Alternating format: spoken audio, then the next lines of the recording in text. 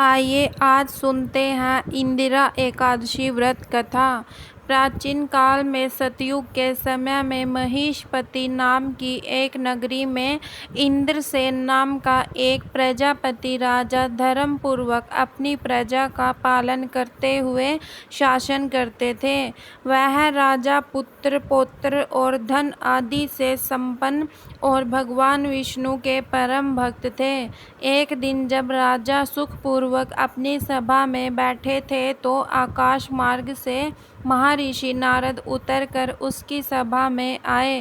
राजा उन्हें देखते ही हाथ जोड़कर खड़े हो गए और विधि पूर्वक आसन व आदर्य दिया। सुख से बैठकर मुनि ने राजा से पूछा कि हे राजन, आपके सातों अंग कुशल पूर्वक तो हैं, तुम्हारी बुद्धि धर्म में और तुम्हारा मन विष्णु भक्ति में तो रहता है। देव ऋषि नारद की ऐसी बातें सुनकर राजा ने कहा, हे महर्षि, आपकी कृपा से मेरे राज्य में सब कुशल है तथा मेरे यहाँ यज्ञ कर्मादि सुकृत हो रहे हैं।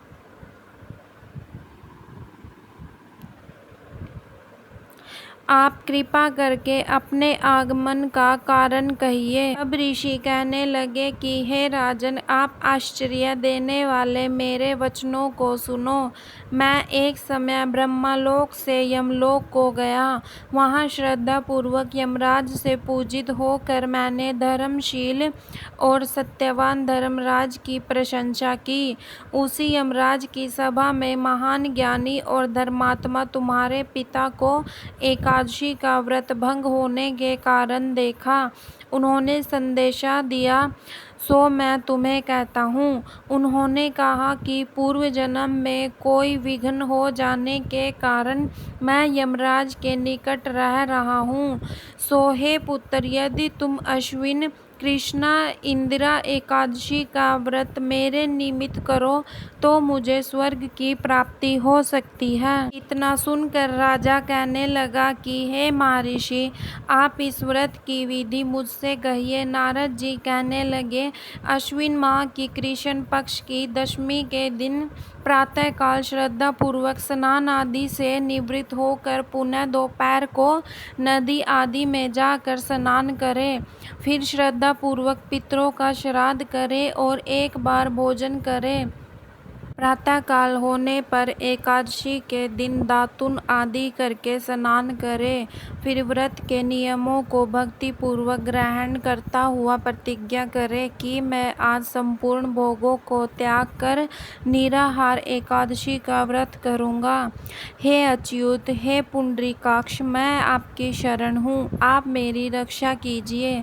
इस प्रकार नियम पूर्वक शालिग्राम की मूर्ति के आगे विधि पूर्वक श्राद्ध करके योग्य ब्राह्मणों को फलाहार का भोजन कराएं और दक्षिणा दें। पितरों के श्राद्ध से जो बच जाए उसको सूंघ कर गौ को दें तथा धूप दीप गंध पुष्प नैवेद्य आदि सब सामग्री से ऋषिकेश भगवान का पूजन करें। रात में भगवान के निकट जागरण करें। इसके पश्चात द्वादशी के दिन प्रातः काल होने पर भगवान का पूजन करके ब्राह्मणों को भोजन कराएं। भाई बंधुओं, स्त्री और पुत्र सहित आप भी मौन होकर भोजन करें। नारद जी कहने लगे कि हे राजन, इस विधि से यदि तुम आलस्य रहित होकर इस एकादशी का व्रत करोगे तो तुम्हारे पिता अवश्य ही स्वर्ग लोक को जाएंगे। इतना कहकर नारद जी अंतर्ध्यान हो गए।